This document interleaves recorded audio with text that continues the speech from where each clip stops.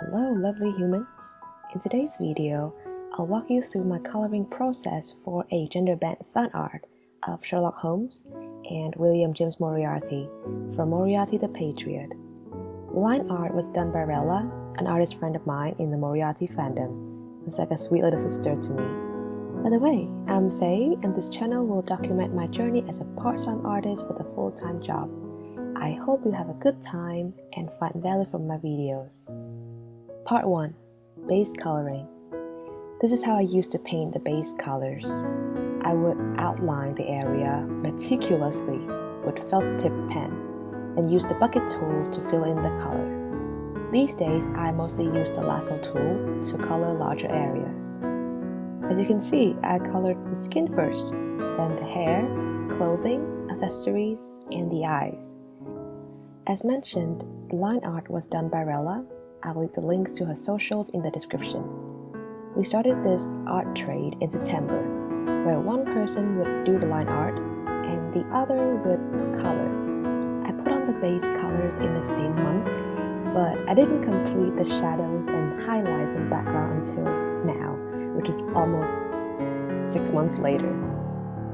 After all that, I suddenly felt unmotivated to continue with this piece.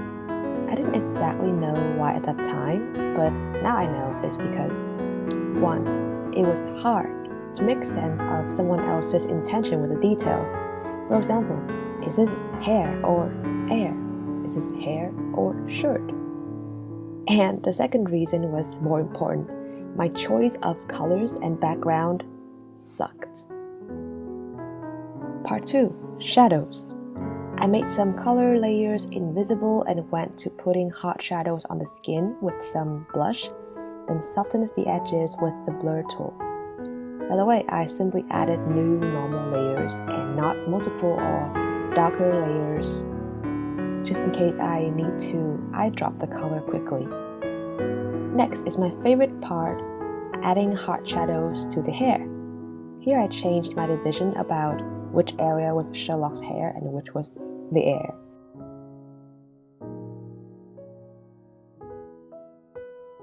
Coming back to the clothing, I finally picked another much better color combination, a pinkish orange for William and a warm tone turquoise for Sherlock.